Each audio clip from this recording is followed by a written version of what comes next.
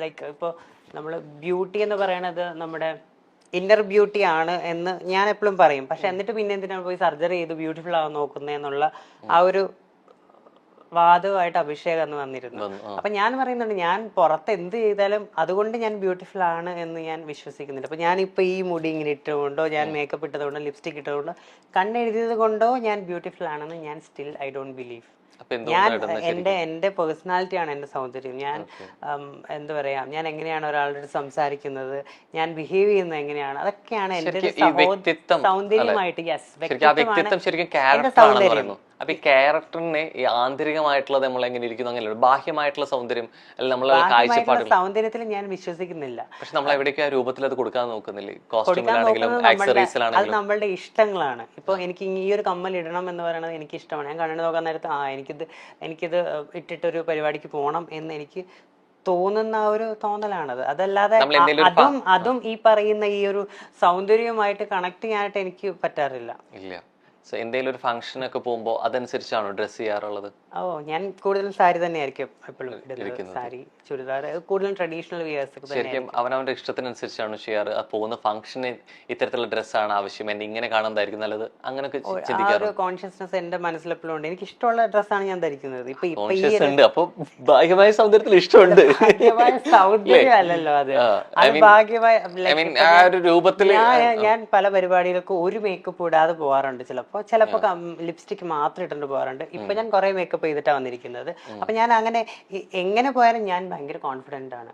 എന്റെ കോൺഫിഡൻസ് ആണ് എന്റെ ഒരു സൗന്ദര്യമായിട്ട് ഞാൻ കാണുന്നത്. ഞാൻ എവിടെ പോയാലും എനിക്ക് കോൺഫിഡന്റ് ആയിട്ട് ആൾക്കാരുടെ മുമ്പിൽ തല ഉയർത്തി നിൽക്കാൻ പറ്റുന്നുണ്ട്, എനിക്ക് സംസാരിക്കാൻ പറ്റുന്നുണ്ട്, ഞാൻ എന്ന വ്യക്തിയെ എനിക്ക് അവിടെ പ്രസന്റ് ചെയ്യാൻ പറ്റുന്നുണ്ട്. അത് തന്നെയാണ് എന്റെ ബ്യൂട്ടി. ഇതിപ്പോ ഞാൻ സാരി അല്ല ഉടുത്തെങ്കിലും, ഞാനിപ്പോ ഒരു ടോപ്പും ജീൻസും ആണെങ്കിലും ഞാൻ അവിടെ കോൺഫിഡന്റ് ആണ്, ഞാൻ സുന്ദരിയാണ് എന്ന് ഞാൻ സ്വയം വിശ്വസിക്കുന്നു.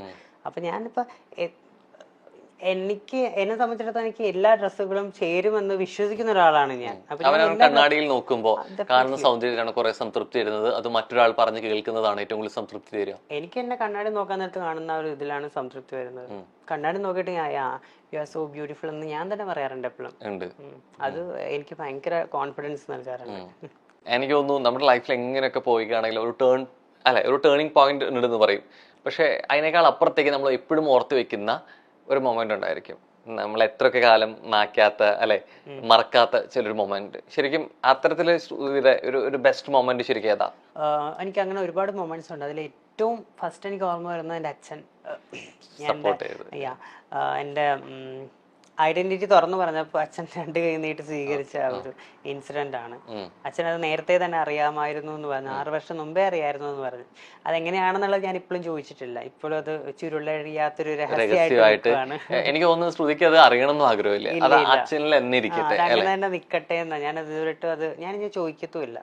മേ ബി ഈ ഇന്റർവ്യൂ കാണുമ്പോ കണ്ടു കഴിഞ്ഞാൽ ഇങ്ങോട്ട് വന്ന് പറയുവാണെങ്കിൽ പറയട്ടെ. ചിലപ്പോ ഈ ഇന്റർവ്യൂ കഴിഞ്ഞിട്ട് അച്ഛൻ പറയാ എന്തുകൊണ്ടൊരു പക്ഷെ എങ്ങനെയായിരുന്നു എന്നുള്ളത് ശ്രുതിയുടെ അടുത്ത് സംസാരിക്കാൻ പോകുന്നത് എന്നുള്ളത്. ട്രാൻസ് വുമൻ ആണെങ്കിലും ട്രാൻസ്മെനിലോട്ട് മാറുമ്പോഴാണെങ്കിലും ഈ പലപ്പോഴും ഈ ഫീലിങ്സ്, ഇമോഷൻ, പ്രണയം എങ്ങനെയായിരിക്കും എന്നുള്ളത് ഒരു കൺഫ്യൂഷൻ ഉണ്ട് അല്ലെ സൊസൈറ്റിക്ക്. ഇതേ കൺഫ്യൂഷൻ നിങ്ങൾക്കുണ്ടോ? ശരിക്കും എന്താണ് ഇഷ്ടങ്ങളും താല്പര്യങ്ങളും?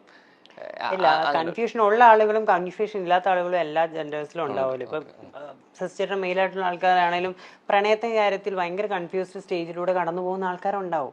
അതുപോലെ തന്നെ നമ്മൾ ക്യൂർ ആയിട്ടുള്ള ആളുകളിലും ഡെഫിനറ്റ്ലി ഉണ്ടാവും. പിന്നെ പ്രണയം എന്ന് പറയുന്നത് ഒരാൾക്ക് മറ്റൊരാളോട് തോന്നുന്ന ഒരു വികാരമാണ്. അതിപ്പോ ഏത് സെക്ഷുവാലിറ്റി ഉള്ള ഒരാൾക്കും മറ്റൊരാളോട് തോന്നാം എന്നുള്ളതാണ്. അതിനങ്ങനെ പരിമിതികളില്ല എന്നുള്ളതാണ് ഞാൻ വിശ്വസിക്കുന്നത്. അത്തരത്തിൽ കുറെ പ്രണയാഭ്യർത്ഥനകൾ കിട്ടിയിട്ടുണ്ട്. കുറച്ചൊക്കെ ബ്ലഷ് ചെയ്യുന്നുണ്ടല്ലോ, കിട്ടിയിട്ടുണ്ട്. അത്തരത്തില് കൂടുതൽ എവിടെയെങ്കിലും അത്തരത്തില് അതില് ട്രാൻസ് വുമൺ അല്ല എന്ന് അറിയാതെ വരെ വന്നിട്ടുള്ള പ്രപ്പോസലും ഉണ്ടായിട്ടുണ്ട്. അങ്ങനെ ഉണ്ടായിട്ടുണ്ട്. എന്നിട്ട് അത് അറിഞ്ഞിട്ട് അവര് പോയിട്ടുണ്ട്. അങ്ങനെ നിലനിന്നിട്ടുള്ള ആൾക്കാരും ഉണ്ട്. ഭയങ്കര സീരിയസ് ആയിട്ട് പ്രപ്പോസ് ചെയ്യുന്ന ആൾക്കാരും ഉണ്ട്. ഞാൻ ഭയങ്കര കംഫർട്ട് സോൺ ആണ്. എന്നോട് സംസാരിക്കുന്ന ആൾക്ക് ഞാൻ ഭയങ്കര കമ്പനി ആയിരിക്കും എപ്പോഴും. എന്നോട് സംസാരിച്ചിരിക്കുന്ന ആളുകൾക്ക് ഭയങ്കര ഇഷ്ടമാണ്.